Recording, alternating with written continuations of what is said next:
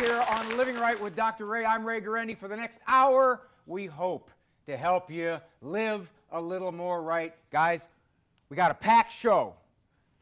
Favorite, Father Larry Riches is coming in with catechism wisdom. He's always here. The man just keeps coming up with new wisdom. It's wonderful.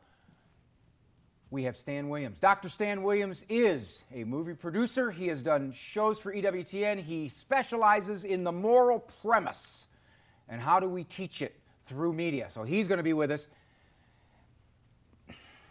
EWTN said, basically, I am not an expert enough to do this program on my own. So I had to bring in a real child psychologist. Dr. Peter will be here later. You got to meet Dr. Peter. He's quite opinionated. So we will have him during the real child psychologist. I'm a father of 10 children, and people ask me, well, how do you raise 10 children? And there are two answers to that. One, I let my wife do it. And two, you can't let them in the house all at the same time. They ruin stuff, especially during Christmas, you know? There's an interesting phenomenon that occurs in my office. A parent will come in, describe a litany of trouble about this long. Then the parent will say, but you know, I think I'm giving you the wrong impression. Overall, he's a pretty good kid. I'll ask, how so? The parent will say, well, he's not on drugs or anything like that. Folks, one of the new moral high bars out there. He's not on drugs or anything like that. She's miserable with me.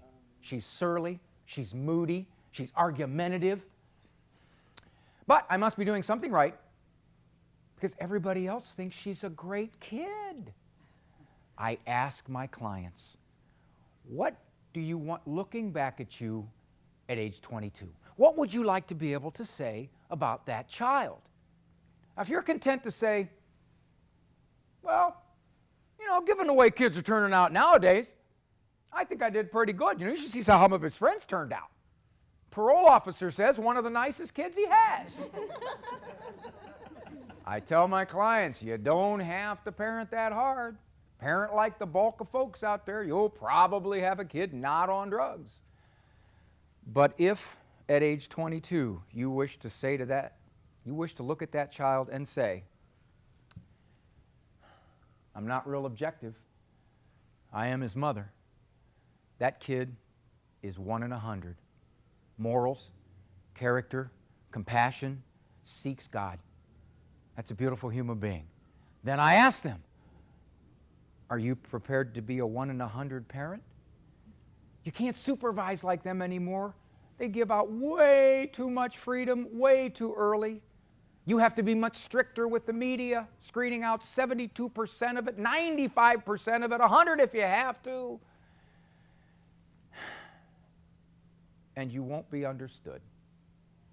You'll be critiqued, analyzed, second-guessed, often by your own family members, by those closest to you. But I've noticed something, folks. I've been shrinking for a long time. I used to be like 6'9". In the time I've been doing this, I have watched good people stand strong against a culture no longer on their side. And I can almost guarantee what you will hear. You got great kids. Of course, if you notice, though, sometimes you don't get credit for it then. Have you noticed that? You are so lucky. You just have good kids. You have Chastity and Angelica. I didn't get good kids. I got Chucky, Cujo, and Sybil. We're moving to one of my favorite parts of the program because I don't know what's coming. This is basically, I don't even got a teleprompter. This is basically where I take questions from you folks. So, we got the microphone out there somewhere. There we go. Wait a minute, you got the microphone, so you probably are our first question. Imagine that. Your name? Joanne. Hi, Joanne. Yes, ma'am. What's your question? Now, put it true and false. I'm better at those. Okay. My husband and I are grandparents, and we watch our 2 grandsons several times a week. You got a little twitch here, I noticed. Just a little bit of a twitch. And we're wondering, how can we maintain being a grandparent and still doing some Oh, parenting that's things? easy. When you send him to the corner, you tell him, finish your ice cream and cookies first. See, you blend the both. You discipline him and you give him his ice cream and cookies. Okay, I think we've been doing that. You are. Did you have your 57 stuffed animal before you go to the corner? You are in loco parentis. You are in place of the parent. So your first job is to model and mirror what the parents are asking you to do. You don't have a different set of standards for the kids just because you're 20 years older. The standards are standards. That's the first thing. You are the teacher first. Now, as a grandparent, you get on the floor, you play a little more, you yuck it up a little more, maybe an extra scoop of ice cream a little more, but those are not discipline issues. It's easy to separate out the discipline from the fun time of being a grandparent. But where the discipline is kicking in, you try to do what the parents want you to do. I can't tell you, folks, how many people don't want to let their grandparents watch their kids because they basically say, my mother, my father will not cooperate with how I want to raise my children. That's a tragic situation. Other questions? Yes, ma'am. Here you go. Your name, please. Margie. Margie, put that up there, dear. Okay, All right. here we go. My question is, I have a friend who seems to be getting more and more isolated because she's deathly afraid that her ex-boyfriend is trying to harm her from long distance. Is that a real fear, or is that in her head? That is really in her head, but it's possible. So, but what's not probably possible is that he's going to make rain fall on her house and flood the house. Okay. And she's gotten that far. She thinks their house is bugged. Her How phone old is your bugged. friend? 38. Oh, my. Mm-hmm. Has she had a history of those kinds of way out thinking? Yes. Has she ever been seen by a psychiatrist? Yes. Does he have her on appropriate medication? He has her on medication, but I'm beginning to doubt if it's appropriate because there doesn't seem to be much progress. Sometimes it does have to be tinkered with. Sometimes, hopefully she's honest with him, or hopefully she won't think anything about telling him, my boyfriend is going to make it rain on my house from where he lives in Idaho. And a good mental health person will immediately pick up that right now the medication is not toning down what we call delusional thinking. Okay. You can't argue with that. You No. can't say, oh no, he's not going to do it. He can't do that from 7 states away. Forget it. You are arguing with a biologically based, irrational belief. Okay. Okay? Thank you. Other questions? Oh, a young man. All right, son. Hello. Hi. You mind Evening. if I stand up? Well, we're going to have to keep you down because of the camera. So just put that up there. And your name, son? John. Hi, John. Well, I know how you said something about kids being on drugs, and I noticed that a lot of parents maybe say that, but really their kids are on drugs.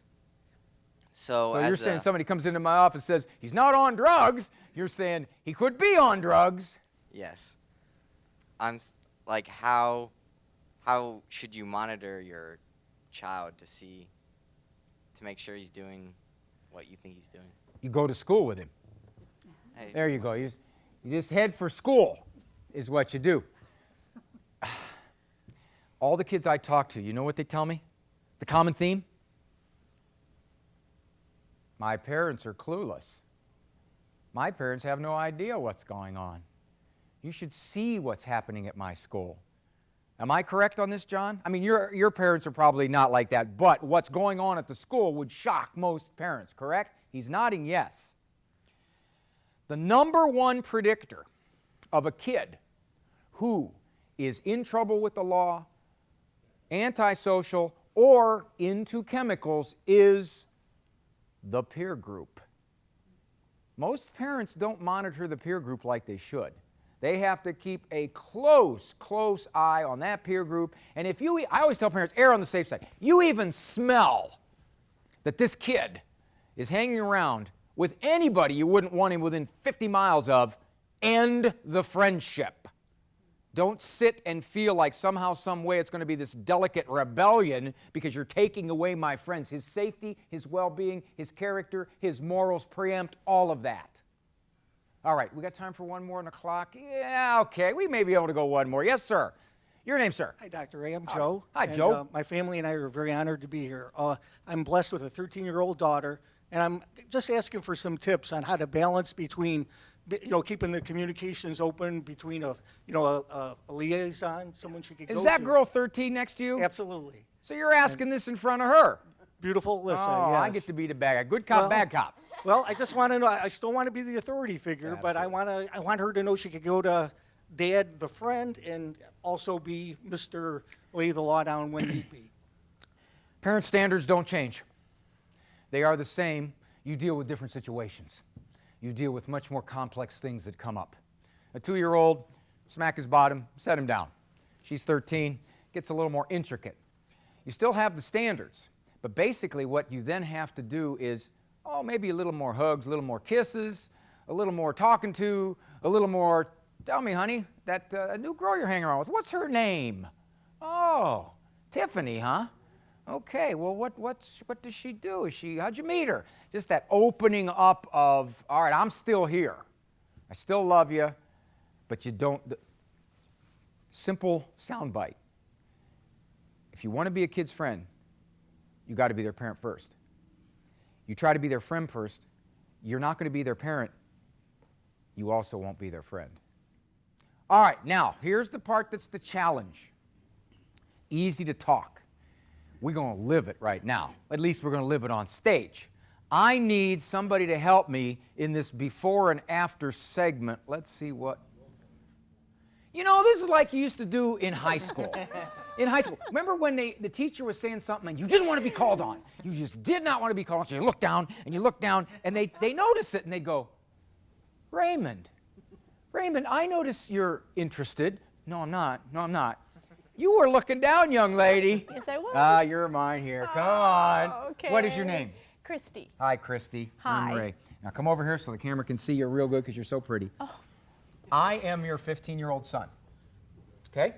Okay. First of all, I'm really disappointed in you that you let your 15-year-old son grow a mustache. But We'll rectify that. it's Sunday morning. We're getting ready for church. I drop the standard bombshell that has been brewing for probably a year. Okay. I don't want to go to church, Mom. I don't get anything out of it. I'm tired. I don't see why I have to keep doing this. I haven't been interested in church for the last year, Mom.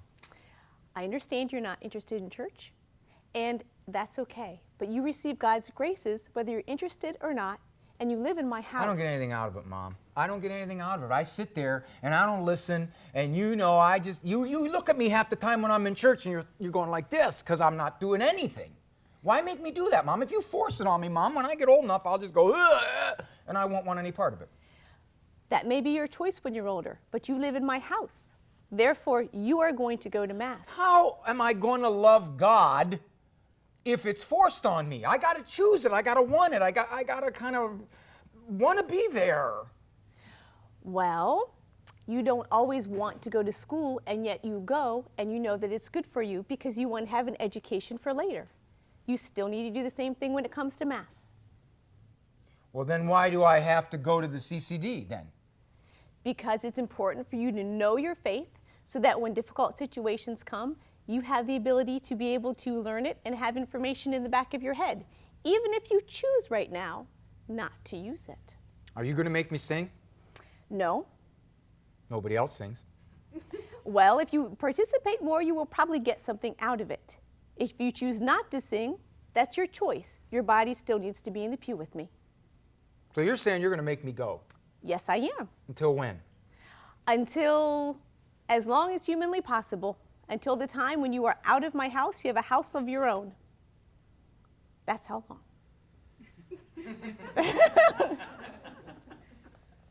Can I chew gum?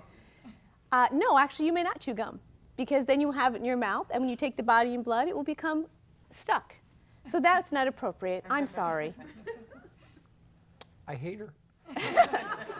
Well, I don't always like Christy, you. you are so good. Thank you, honey. Thank you. Yikes. I'll tell you what, I think she hit every good response. You live in my home, you got to be exposed. I don't allow you to choose to go to school, and I don't allow you to choose to eat Twinkies instead of green beans every meal. She hit them all. And I think the thing about her was she stood her ground. You know, I think that's great advice, Christy. What you need to do, you live in this home, you're going to be exposed. I was called one time on a talk show. You know what the topic was?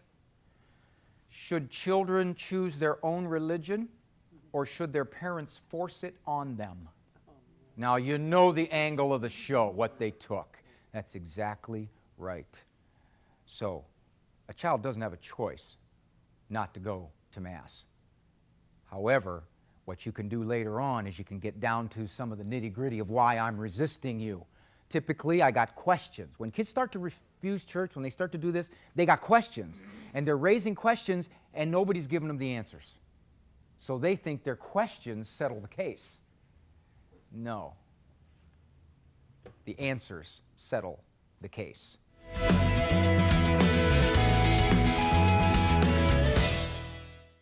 From around the country, we get letters. Dr. Ray, I broke up with my boyfriend about a month ago. He's about 10 years older than I. I'm approaching my mid-30s. I'm striving to live a life in the faith, and he is undergoing a nice process of conversion. We are both cradle Catholics. Having said that, I left the relationship on account of associations who partake of vulgar language and enjoy drinking. Neither he nor his associations see anything wrong with getting buzzed or drunk, for that matter. I made my decision based upon the thought that I wouldn't want to pursue a relationship with him that would lead to marriage and children. Now here comes the kicker. It's always this way. At one point, a friend suggested that I'm narrow-minded and sheltered, and no one in this world is perfect. I wonder if I've been too critical and closed-minded, but I don't see how I would make it past 45 minutes in such an environment. I'm still having a hard time shaking him off my heart. I don't know what to tell you. You guys got anything? You see what's happening here? Here is a woman who has standards. And she's looking at this, and you notice that interesting line. He's on his way to a nice conversion. I think the question for her has to be, how genuine is the conversion and how long is it going to take? And would drinking and drugs still be part of my old life even though I'm a Catholic? She's got to make that decision. She's looking at this and she's doubting herself. The reason she's doubting herself is because the world around her is saying, hey, Miss Goody, you're not going to find the perfect guy. Notice she said I'm in my mid-30s. Implication being, hey, the clock's ticking here, and the more the clock ticks, maybe I better compromise my standards. Personally, I think she made the right decision. As a therapist, I see this all the time. People go into a relationship, long-term, marriage, and they saw all this at the front end. They saw it all. Their hope was, it'll be different after we marry. It'll be different. I can change her. I can change him. Most of the time, that doesn't happen. If she wants to be keeping a foot in both worlds, then she needs to back off the relationship, let him know clearly where she stands, and then watch how he changes, if he changes, and for how long. And she said one other thing. I'm having a hard time shaking him off my heart. Totally to be expected. You get emotions wrapped around another person. You make a logical choice. You make a rational choice. I can't go into this relationship like that anymore, but the emotions don't go away. You can't snap your fingers and go, he's not mine, therefore, the emotions don't go away. Now, when we come back, Dr. Stan Williams, he has produced some TV shows here for EWTN, starring me. Did my own stunts. He's coming back because we're talking about the moral premise. He is our guest, Living Right with Dr. Ray. Don't go anywhere. You're going to miss the morals. The Bible is 75% narrative, and there's a reason for that. Because values are passed down from generation to generation using story. Every day now, what you got to do is when you wake up in the morning, how can I die for my wife and my family? How can I put their needs in front of mine?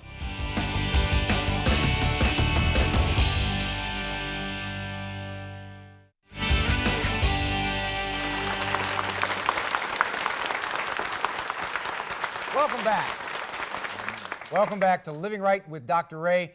In this segment, we've got Dr. Stan Williams, who has a degree in physics, which I'm going to interrupt my introduction just for a second, Stan. Is that okay? How fast do those little electrons really go? 186,000 miles per second. You're one of the few people I've ever talked to who knows that. That's because I listened to one of your videotapes. Oh, thank you. You're a brilliant man. He's bachelor's in physics. He's got communications master's and narrative theory PhD. Coaches, consults with novelists, filmmakers about how a story will connect with the audience. Film, television producer. He owns a Catholic media distribution company called Nineveh's Crossing. And by the way, did you not produce some programs that were aired on EWTN? There's actually 3 programs that air on EWTN that I did. One is your Why Be Catholic, where you talk about your coming back to the Catholic Church. There's another, the 13-part series, What Catholics Really Believe, your dialogue with Father Kevin Fate. And then Alex Jones is No Price Too High and Dinner with Alex Jones. All of those have aired on EWTN. I produced all those. Is that your love? Is that your first love, or is it that moral premise as it feeds into filmmakers and not just Hollywood, right? Well, yeah, actually, yes, my first love is Christ, of course. And of course, when I came back into the Catholic Church, some 13, 14 years ago, that was just like coming home. It was just fabulous coming back into the church, especially. You were raised non-Catholic. Raised evangelical Protestant, right, yeah. Were you hostile? No, I wasn't. A lot of my friends were, but it was great discovering that infallible truth that logic couldn't argue with. It was just fabulous. Did that change the way you viewed putting a moral premise into media? No, it just made it easier. I was always, in looking at stories and narrative theory and all that sort of stuff, whether we're looking at film narratives or bedtime stories, I always had a sense that stories were the thing that communicate truth from one generation to the next. It's not didactic. It's not the homily. It's the homily that explains the truth that we learn through experience. We knew somebody who was a great storyteller, don't we? Our Lord. Well, parables, of course. But when you consider the Bible is 75% narrative, and there's a reason for that.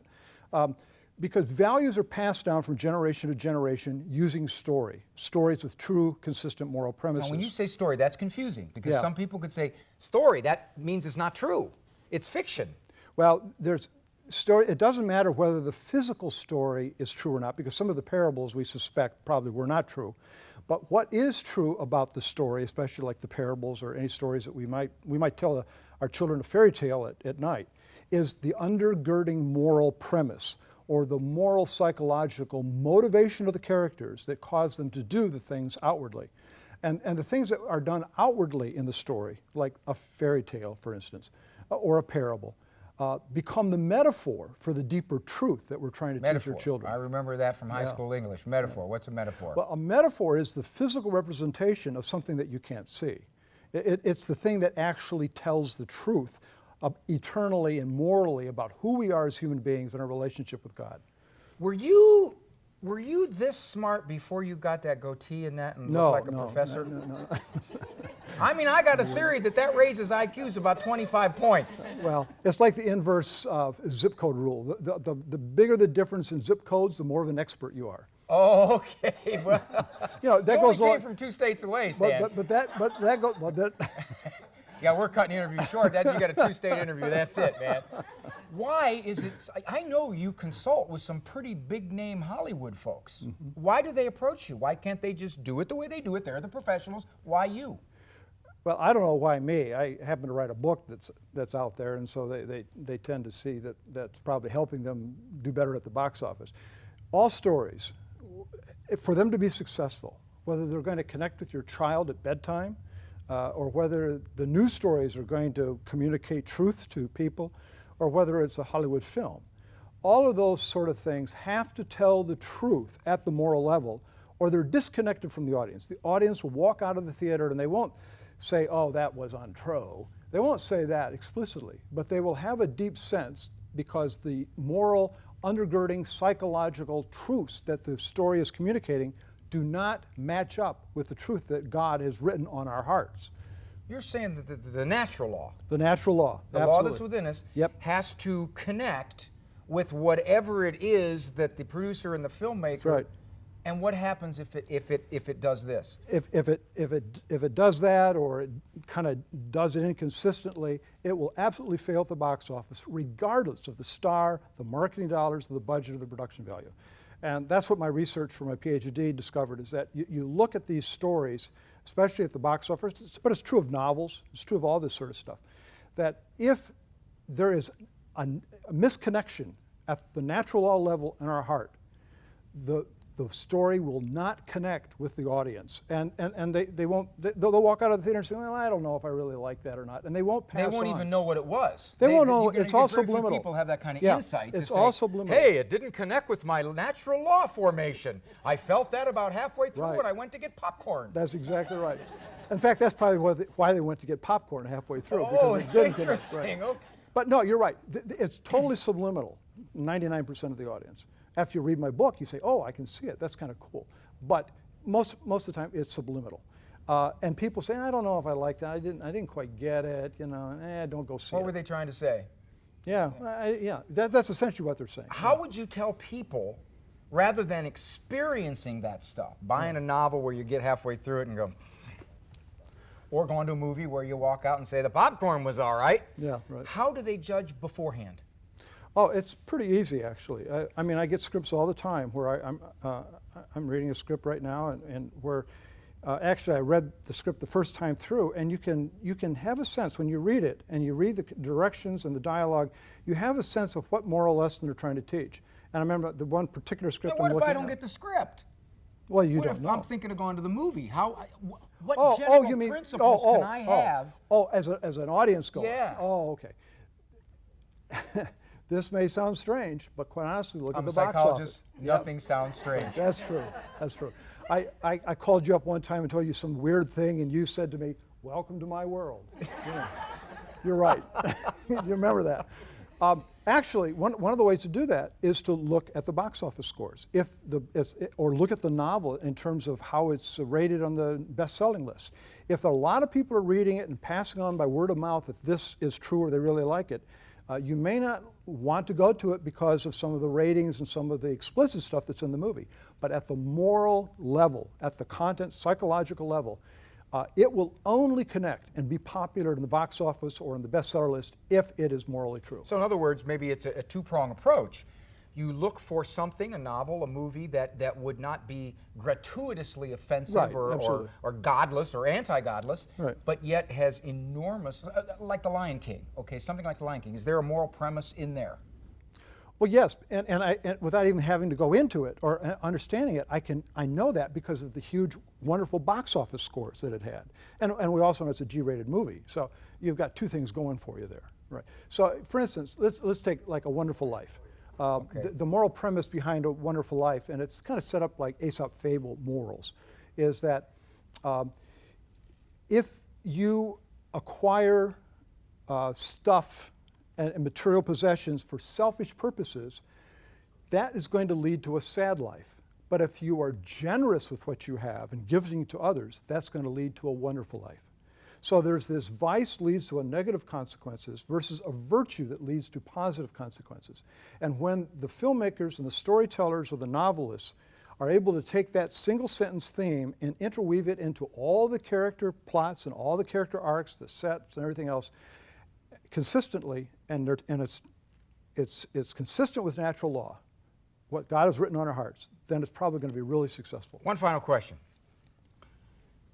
Do standard secular producers know this? Interestingly, some of them do, some of them don't. But what happens is that it's almost subliminal. many times a producer or a writer will write a script with the producer, and maybe the director's involved, and they'll say, and I've gotten these scripts sometimes, they'll pass them out to friends or family or to other experts, and they say, what do you think about this script? And they'll read it, and the reader will come back and say, I don't know, it just doesn't seem quite right. And they'll revise it, they'll pass it out again, and they'll say, well, it's better, but I don't know, something about it just They doesn't don't hit know me right. the direction in which they're revising it until Right, it clicks. until it clicks. See, you're kind of like a psychologist. Many of the Definitely. people that come into my office Definitely. don't know at all why they're doing what Exactly they're right. doing, and that insight comes to them. Boy, Right. that's good stuff. Yeah. Dr. Stan Williams, thank you so much for visiting us. That's interesting stuff. I will keep this in mind on my next production.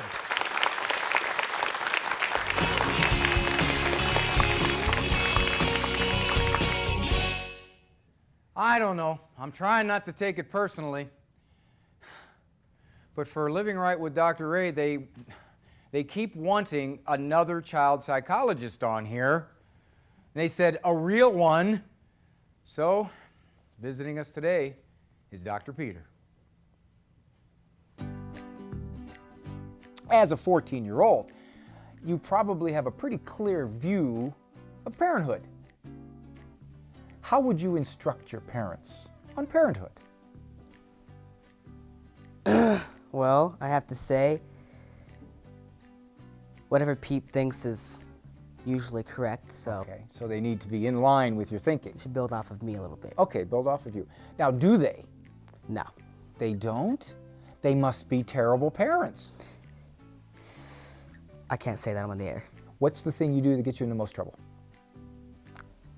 Probably disrespect and, to say, arguing with mom. All right, give me a sample of disrespect. What would you say is disrespectful? Show me.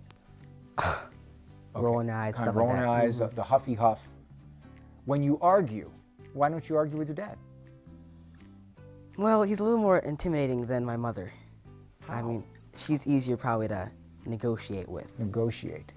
How do you do it? How do you persuade her to change her mind? It's just talking and talking and talking until she has to consider something else. Why doesn't she tell you to be quiet? I've had enough, Pete. I'm not listening anymore. That's it. Quit nagging me. Pete, you're not going to negotiate your way into getting what you want. That's it, Peter. Stop. Well, she does. How long does it take her, though? How much room does she give you to be Pete? Until Dad comes in. What's Dad going to do? He doesn't even know what's going on. Well, you have a simple, it's just Dad. You're not gonna do it in front of his wife, you know? You're not gonna push as many buttons. Does he protect her? Pulls the what plug. a good guy. He pulls the plug. Wow. Well, he must be unreasonable then. Because if he's just going to come in and go, that's it, no more arguing, stop it, shut it down. Well, he doesn't ever say that. It's just you don't do it anymore. Wow. So if he's not home, this is your best chance. Mm-hmm. Okay. What's the worst punishment you ever got? I'd have to say blackout. Blackout. Just shut down from everything. Everything. What do they let you do? Read, sleep, Chores? lots of them. Extra chores, huh? Lots of them. How do you get off? Cooperating, doing chores, being respectful. Can you do it? Or you just be on blackout for years? Well, I haven't really been on blackout too much because I'm a model child.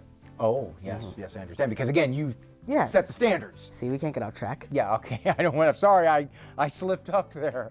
Okay, now, if you were a dad, how would you do it different than your dad? Well, if I raised kids like, one in a millions like me, Ah, one in a millions. I'd probably do the same thing my parents are doing.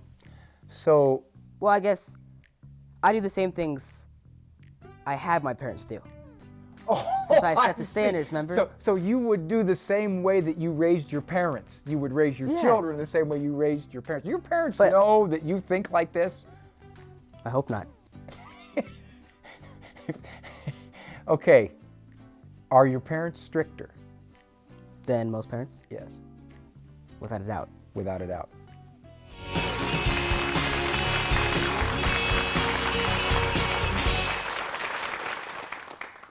You don't know if you want to kiss them or kill them. We're going to take a few comments, a few questions about what Peter might have provoked in us. Do we have anything? Son, your name? Pete. Pete. Same as that fellow up there? Yeah, same as I fell up there. Okay, well, what do you have for us? The kid in the interview looks like a very mature young man with a lot of respect. A mature young man with a lot of respect. Could you look familiar. Can you come up here, please?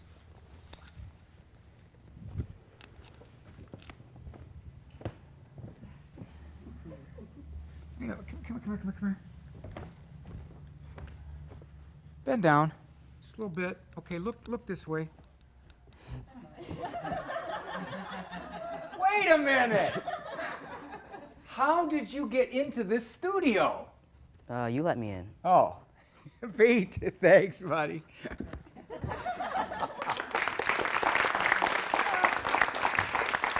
Everybody wants to be a star, you know? His agent's sitting there in the back. All right. Any comments, questions provoked by the interview with Pete? He was clearly trying to have some fun, but his humility came across, and it seems like his love for his parents came across too. What do we got here? Anything? You guys don't ask something? I go on and on and on. Young lady, yes, you take that. Christy, right? I remember. Yes.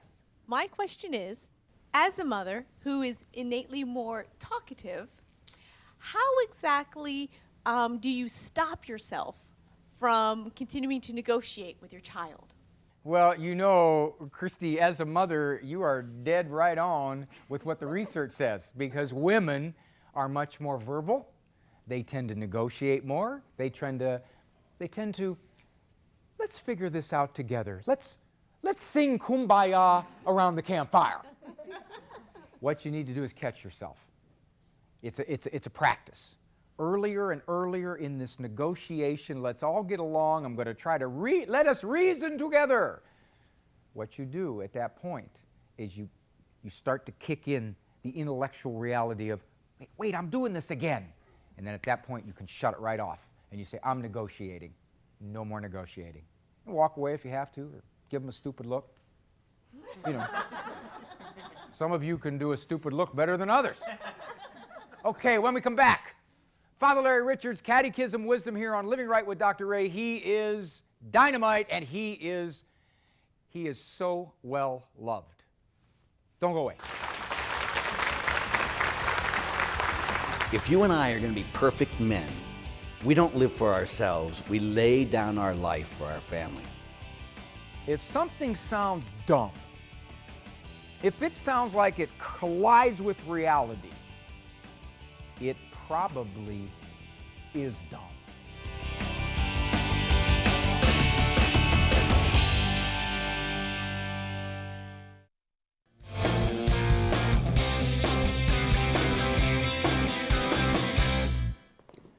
Who has more wisdom about living right? The Catholic Church, as founded by Jesus Christ 2,000 years ago, or modern conventional notions of life, oftentimes spearheaded by psychology. Psychology that's been around, 80, 90 years. With me, as always, Father Larry Richards. He is pastor of St. Joseph's Church, Bread of Life Community in Erie, Pennsylvania, as well as a very well-known, can I say well-rounded? That I don't want to imply anything about your physical shape. Do you all get he's a psychologist and that he's picking on psychology? Do you get that? Oh, anyway, go ahead. I don't get in trouble with this because you're a priest, do I? No. I want to read to you what the Catechism says a bit about men. Every man experiences evil around him and within himself. This experience makes itself felt in the relationship between man and woman. Their union has always been threatened by discord, a spirit of domination, infidelity, jealousy, and conflicts that can escalate into hatred and separation, so says the Catechism of the Catholic Church. Father Larry, isn't this idea of male headship don't we need to lay it aside? I mean, come on, Father Larry. I think if male headship is, I am the one in charge of this family, you will do as I say, then we have a problem. But if male headship is the servant of the family, as it was with God, and the way he tells us, now we have what life is about, huh? Like often when I do a mission, I'll start, or I do a wedding, I'll start with the girl and I say, do you think the Bible, when it says, wives be submissive to your husbands, do you think that's what it means? And I always go, oh no, Father. And I go, yes, that's what it means. Well, not in the original translation. Yeah, shut up. And then listens, I go, yes, that's what it means. And everybody's like, die, Father, die. Then the guys are all excited, and I go to the guy and I say, They like this priest. They do. And I said, you know what it says in the book of Ephesians after it says that, don't you? It says, husbands, love your wives. How? It's Christ loved the church and gave his life for her. And I say, you know what that means, son? No, Father. Your life is over. That every day now what you got to do is when you wake up in the morning, how can I die for my wife and my family? How can I put their needs in front of mine? Well, that's the servant. Well, now my wife has made that observation about me. Exactly. She'll come into my bedroom and say, boy, it smells like somebody died in here. And I said, honey, I'm dying for you. She said, you've been dead for years. But anyway, that's beside the point. That the whole point when it talks about, think about it, Jesus Christ is the perfect man. And Jesus Christ came to earth and gave his life for us.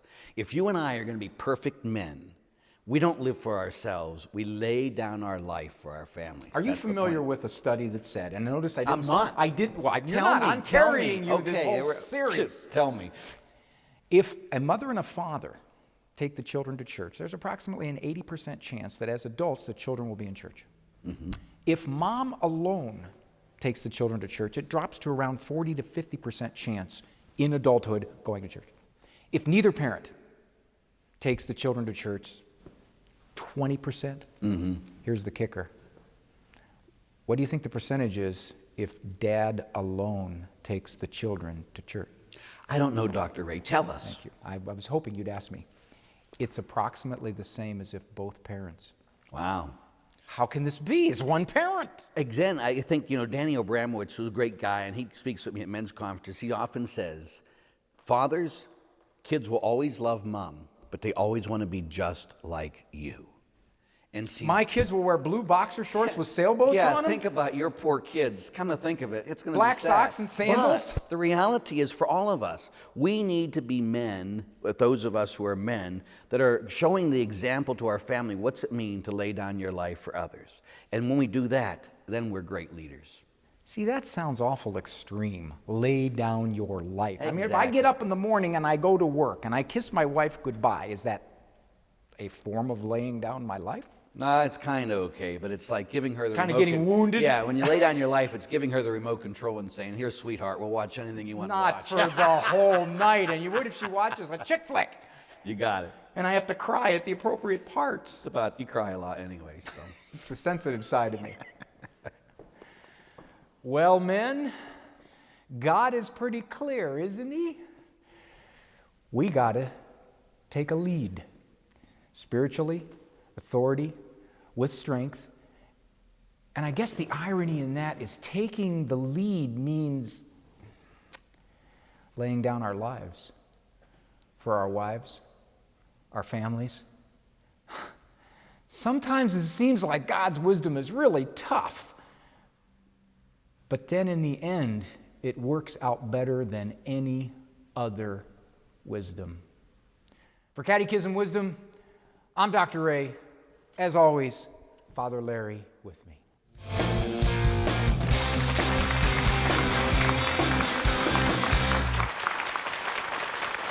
Hey, you see how easy it is to like that guy? Even when he's ripping you up, you just like him. Oh my, I don't know this part about laying down your life. Most of what I've done is laying down to take a nap. But I want to go to you again because he provoked a lot of thoughts, a lot of ideas there, not only about men-women relationships, but the guys. What are we supposed to be doing? So, I brought you here for your intelligence. You're one of the higher IQ audiences we've had. So I'm going to ask you, who's going to start it out for us with a comment, a question? Whoa, young lady, here you go. You take that, honey, put it up close to your mouth. Does this mean in a relationship a woman should not lay down her life for her husband? Will you marry me? What's your name, honey? Bring that up here so we know your name. Alyssa. Hi, Alyssa. Does this mean in a relationship a woman should not lay down her life for her husband? Who is teaching you these things? That's wonderful, sweetheart. Wonderful insight. Well, you heard him say reciprocity. He didn't use that word, but that's basically what he says. You try to outgive each other. And so you're right. I think you're right on. Who lays down more? Who sacrifices more? You know, clients will come into my office and they will say to me, I can't get him to change. I can't get her to change. Tell me how to make him change. And I said, well, there is one foolproof way. Nobody likes it. Pretty simple. It's not very easy at all. You want to get him to change? You change first. I guess maybe we could say, you want your husband to lay down your life for you. Well, maybe you ought to start laying down your life for him. A little bit. See what happens. Got some wise kids in this audience. Before we go to senior moments, I want to see if we've got time for one more question. One more question, one more comment. We got someone here? Anything? All right, the kids are carrying us. Here you are, son. What's your name? My name's John. Hi, John. Bring it up here so we can hear you. There you go. So you said that when the father takes his kids to church, they have about the same percentage as if both. Is that kind of like how you said earlier about the authority of men is like kind of higher than if like the mom says to do something, they're a little more lenient? Oh, I see what you're saying. Well, first of all here, John, I'm not answering your question because if my wife watches this, I'm toast. Sure, I'll answer it, John. He's saying when a guy takes the kids to church and the guy alone does this, there's the same percentage chance when the kids are adults being in church as if both mom and dad did it. Hovers around 70-80%. He asked, well, is that related to a guy's authority in discipline?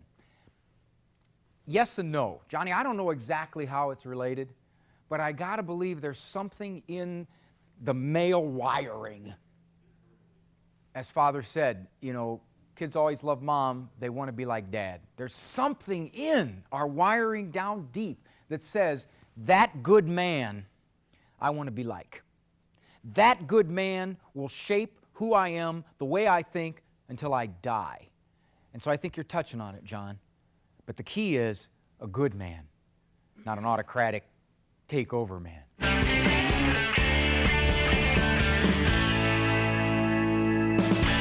There's a lot of stuff out there that has been thrown at parents, has been thrown at people by experts. People with a whole bunch of letters after their names. Enough letters after their names, they can spell another couple of names. Some of it is just worth ignoring. Let me give you one that I've read many times in women's magazines. Do not send a child to her room for punishment. Rooms are positive places. A child who is sent to her room too often oftentimes grows up with bad feelings towards sleep. I don't know about you, but I got sent to my room a couple thousand times a year when I was a kid. Whatever bad feelings I developed toward my bedroom, I overcame. As I learned, you can get a lot of sleep in there. You can take a nap. I like the couch. They used to send me to the couch when I was a little kid. I love the couch now. You want to do a little test? Tell your adolescent, honey, would you like to go to your room or wash and wax both cars? I'll go to my room.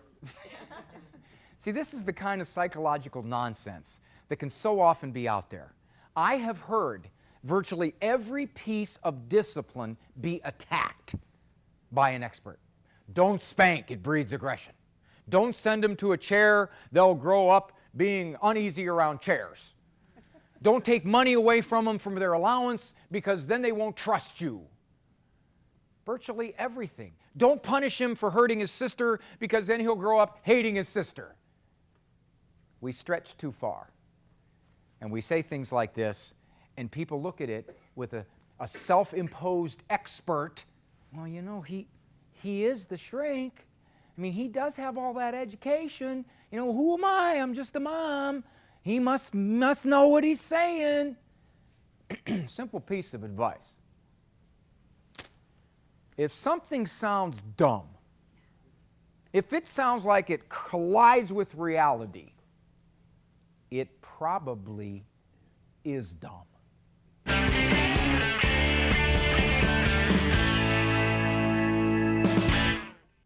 Once again, I got to do what I do at the end of every show. This is me to you. No, now you don't have to clap. You're so sweet. You see, I'm doing the clap and you start right up. No. This is my appreciation for you. They can get a lot of people to do this show. They can't get folks like you for the audience. And I will tell you that right. So thank you very much. What did we learn today? Don't set the moral high bar at, well, he's not on drugs. She mistreats me, but everybody else loves her. I guess that's okay. No. Character is not the absence of negatives. It is the presence of positives. What did Father Larry tell us? Father Larry basically said, through the catechism, the wisdom in the catechism, be ready to give your lives for one another. Now, you know, you give your life one time, I think that's relatively easy. It's over. But every day, small little way for me to sacrifice myself for, no, that's asking a little too much. Let me just give it a one-shot deal here. You'll have a better marriage. See who can outgive the other. You'll have a better marriage. What did Dr. Peter tell us? Well, Dr. Peter told us he knew how to raise his parents. And he did a fine job in raising his parents because, well, he said, look, I did great. I raised them to raise me the way I am. What's the problem? Dr. Stan Williams told us if morals in a movie don't jive, the movie fails. For living right with Dr. Ray, I cannot thank you enough. Walk with God. Hold your kids tight by the hand.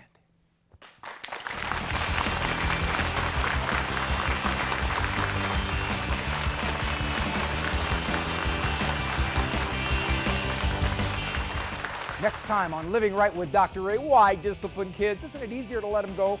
Marital manners, how important are they? The Catechism tells us what are our duties to aging parents. And an EWTN favorite, Marcus Grodi, will be here to tell us the psychological effects of conversion on clerics.